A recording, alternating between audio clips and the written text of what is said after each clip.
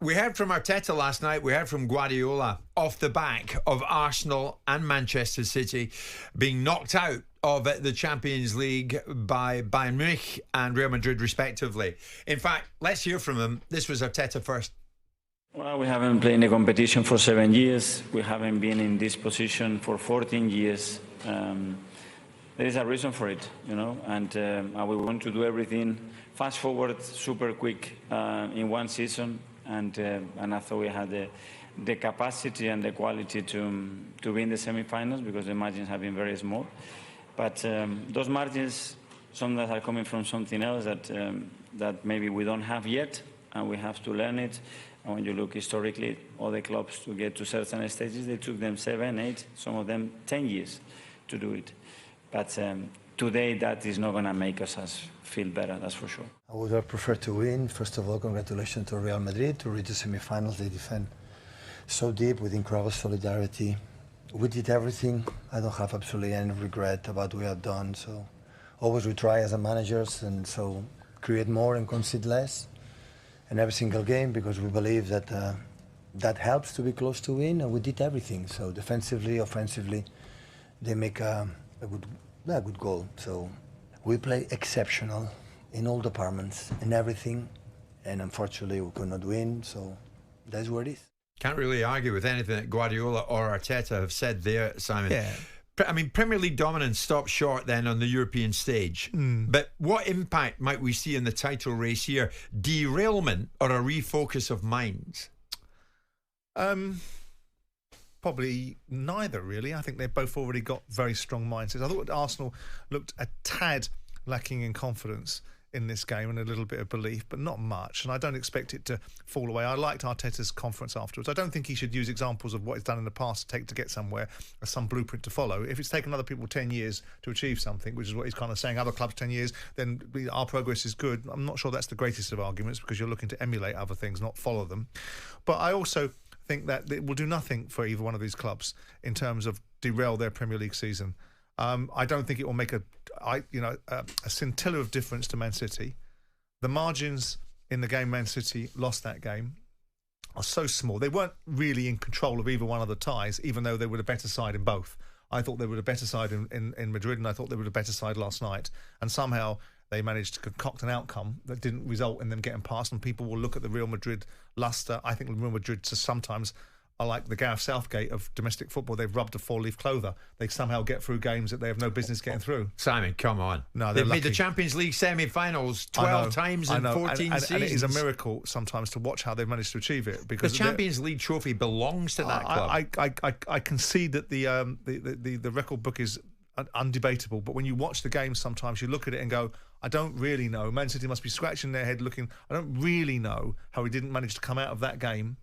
I think there's something like 25 corners, something like 70% possession, and Madrid managed to hang in there and get a result. And you have to give credit to it. I'm not diminishing it. I'm just saying it must be slightly perplexing. So when we say, oh, look at this so-called powerhouse of a Premier League getting chastened in Europe, I don't quite see it that way.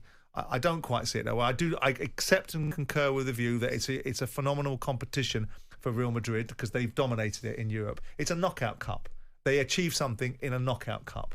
Whilst it's a wonderful tournament to win, and Souness will tell us it's the pinnacle of a managerial career to win a European Cup. But it's 13 games, right?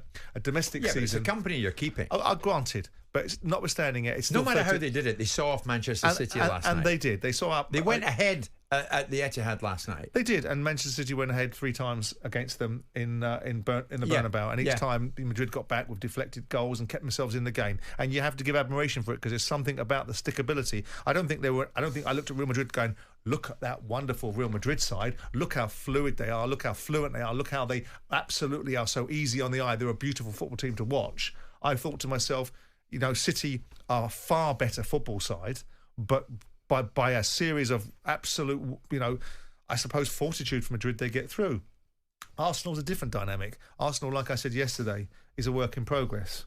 And I said, a year ago, a little bit less than a year ago, not so much prophetically, but with a degree of thought process, that they're going to spend £200 million to possibly stand still. And if they finish second in the league again this year, which is likely, then they will have metaphorically stood still. I mean, where are you at with the idea that great progress or great pretenders? On Arsenal. On Arsenal. Arteta's Arsenal specifically. I don't think they're pretenders. I don't think Yeah, but are people wrong to dismiss the idea of any tangible improvement from last season? Well, last season they weren't in the Champions League, so they've had to contend with the Champions League as well as the domestic season. So you can't argue with the fact that they've been more varied, and I think they've been a better side than they were last year.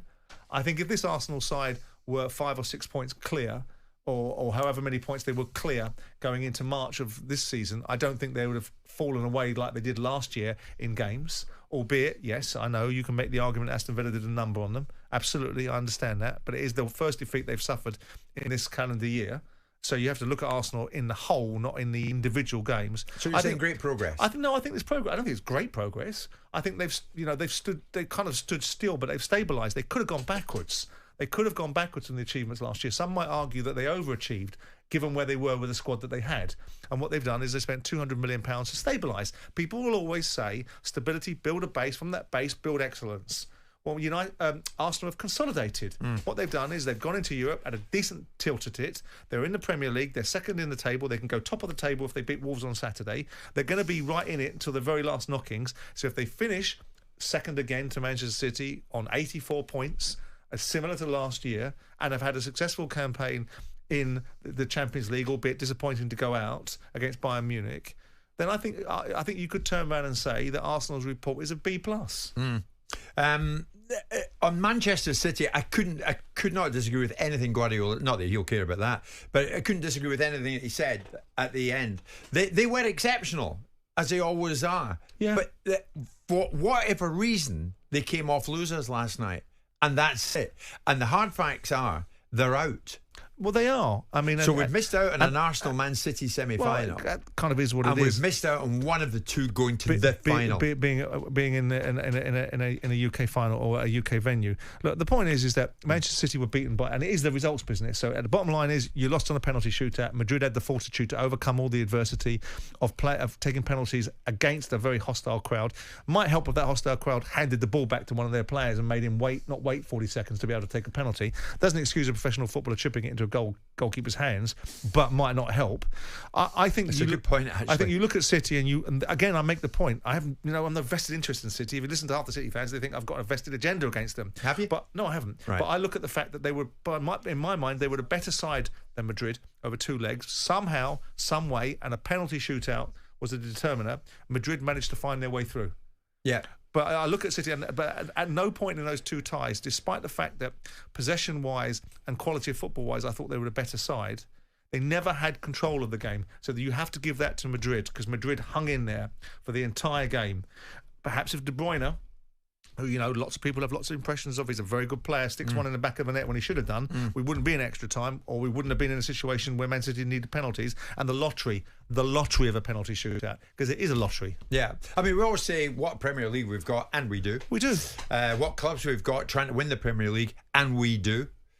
But they stumble. They stumbled last night. Just when the stakes were at the highest, they stumbled and went out. Yeah. I mean, look, I don't hold the Champions League, which is made up of 90% of the team which aren't champions, in the same way that others do. I think, like the Brian Clough mentality, the most important thing is the domestic league. I realise that the stardust and the defining aspect is that you're playing amongst the elite of Europe, and so if you win that 13-game tournament, you're perceived to be the best. It's the elite competition. I understand that. The elite competition. I understand that, but it's not always won by the champions of their leagues, are they? Doesn't matter. The elite are in there. It's a knockout competition. It's a knockout competition. Yeah, but it's a company you keep. Listen, the company you keep. I'm not. Arsenal, Bayern Munich, Man City, I'm Real not. Madrid. I'm not here to.